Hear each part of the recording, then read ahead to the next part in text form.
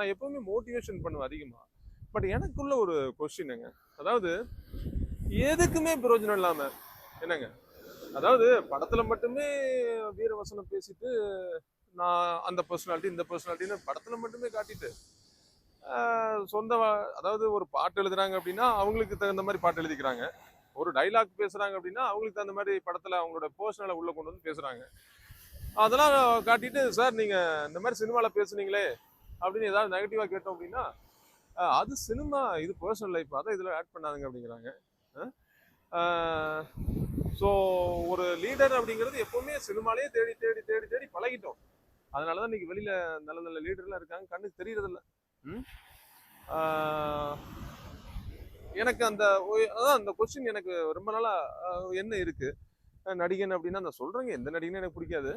Just நான் என்ன பொறுத்தவரைய நான் தான் ஓனர், எல்லா விஷயத்துலயும் என்னோட டைம் என்னோடது. ஸோ நான் காசு கொடுக்குறேன். ஜஸ்ட் நான் அவங்கள ஒரு ஜஸ்ட் ஒரு நான் 100 ரூபா கொடுக்குறேன்னா எனக்காக வேலை பார்க்குறாங்க. தட்ஸ் இட் நடிகன், அவ்வளோதான். ஸோ 100 ரூபா கொடுக்குறேன்னா அதுக்கு வந்து ஜஸ்ட் படத்தை காட்டுறியா போயிட்டே இரு, உனக்கும் எனக்கு உள்ள ரிலேஷன்ஷிப் அவ்வளோதான். ஏதாவது எலெக்ஷனு இல்லை ஏதாவது நீ அரசியலுக்கு வரியா வா, ஓகே கண்டிப்பா வாங்க, ஏன்னா நிறைய தலைவர்கள் உருவாகணும், வாங்க அரசியல் இருங்க, நான் ஓட்டு கூட போடுறேன், வின் பண்ணுங்க. வின் பண்ணதுக்கு அப்புறம் ஒரு வேலை நீங்க அந்த ஒரு காமராஜர் மாதிரியோ இல்ல நிறைய தலைவர்கள் நல்ல நல்ல ஆட்சி கொடுத்துருக்காங்க, அந்த மாதிரி ஆட்சி கொடுங்க.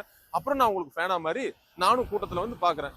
ஸோ இந்த நடிகர்களை அப்படி அண்ணாந்து பார்த்து பார்த்து என்ன இருக்குன்னே தெரியல. ஸோ எங்க தனக்குள்ள ஹீரோ இல்ல தாழ்வு மனப்பான்மை இருக்கோ அவெல்லாம் இப்படிதான் வாயை பிளந்து காலம் ஃபுல்லா பார்த்துட்டு கையை தட்டிட்டு போக வேண்டியதான். வாழ்க்கையில உருப்புறது சிரமம். நீங்க